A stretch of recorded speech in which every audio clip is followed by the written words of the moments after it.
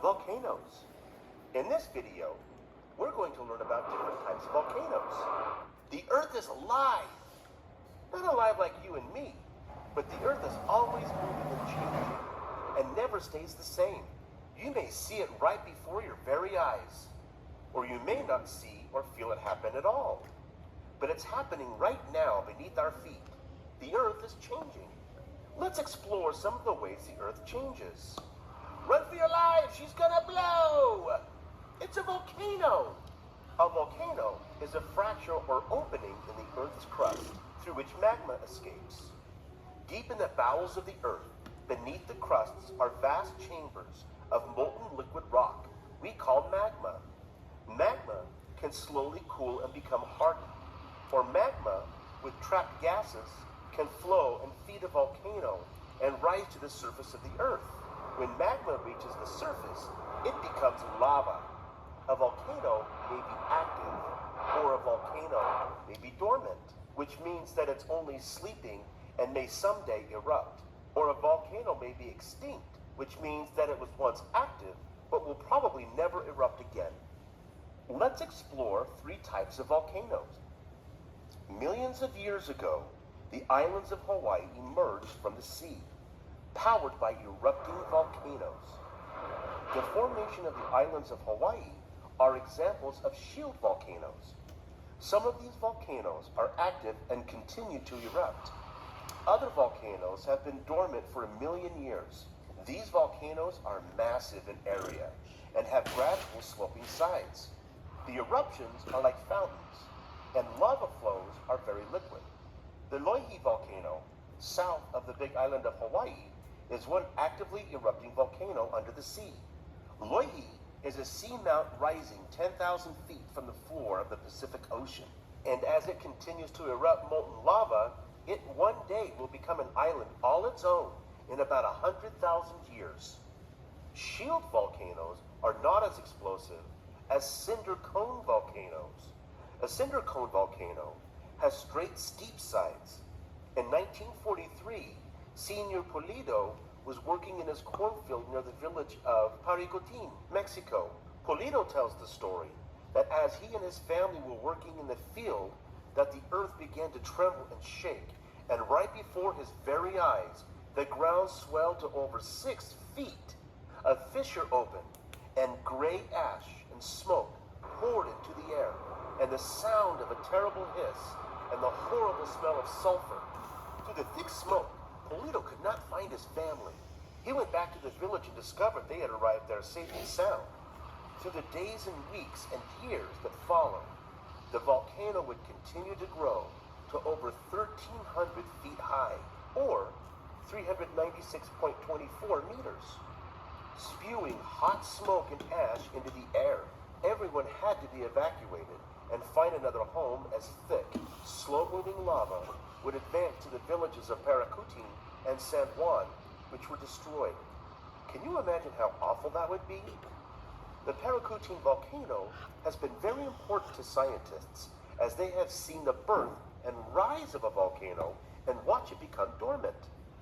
And though a Cinder Cone volcano may be terrible, it is no match for the spectacle of a volcano which can be far more powerful, far more terrible, far more frightening, and more explosive. Of course, we are talking about the Stratovolcano! A stratovolcano is characterized by gentle lower slopes, gradually increasing to steep upper slopes. They are constructed of layers of hardened lava and volcanic ash and pumice. Stratovolcanoes are known to have violent eruptions, expelling fiery lava fragments through the air like bombs. Toxic gases fill the air, and massive plumes of ash clouds carry vast distances, making aviation travel impossible.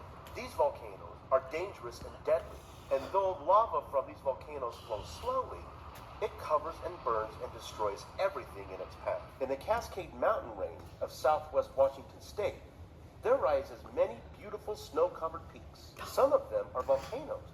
One of these volcanic mounts is known as Mount St. Helens. It was no secret that Mount St. Helens had been an active volcano for hundreds, maybe thousands of years. And volcanologists, scientists who study volcanoes, had been studying St. Helens with their equipment watching and waiting for another perhaps major eruption. It was possible that St. Helens would not erupt in their lifetime. Even with fancy equipment, these things are difficult to predict. Then came the spring of 1980. For months, tremors and earthquakes shook the ground.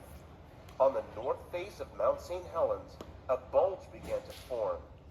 Volcanologist David A. Johnston was watching and measuring the growth of the bulge with his lasers. On May 18, 1980, David called out over the radio, "This is it! This is it!" The caldera blew with supersonic fury. Everything in the path of this massive eruption was wiped out for 8 miles. David A. Johnston was hit right in the path of the most destructive volcanic eruption in known U.S. history. 250 homes, railways, bridges, highways, all gone. Could Mount St. Helens erupt again? Will you wait and see? In the world, there are nearly 1,500 potentially active volcanoes. 169 are in the United States. Is there one near you? Many volcanoes are located along the Pacific Rim, an area that reaches along South and North America, along the Aleutian Islands of Alaska, down the islands of Japan and the Philippines, Indonesia, New Zealand, and the South Pacific. This path in the Pacific Ocean is known as the Ring of Fire. For millions of years, our Earth has been alive with erupting volcanoes. In addition to those we've explored, and among the most frightening and terribly destructive are Mount Vesuvius of Pompeii, Krakatoa in Indonesia, and the volcanic complex in Iceland. And deep underneath Yellowstone National Park lies enormous chambers of molten magma, which one day may find its way to the surface and become the most massive supervolcano ever. Thanks for following Clarendon Learning. Be sure to subscribe. If you're looking for more teaching resources, check us out at clarendonlearning.org.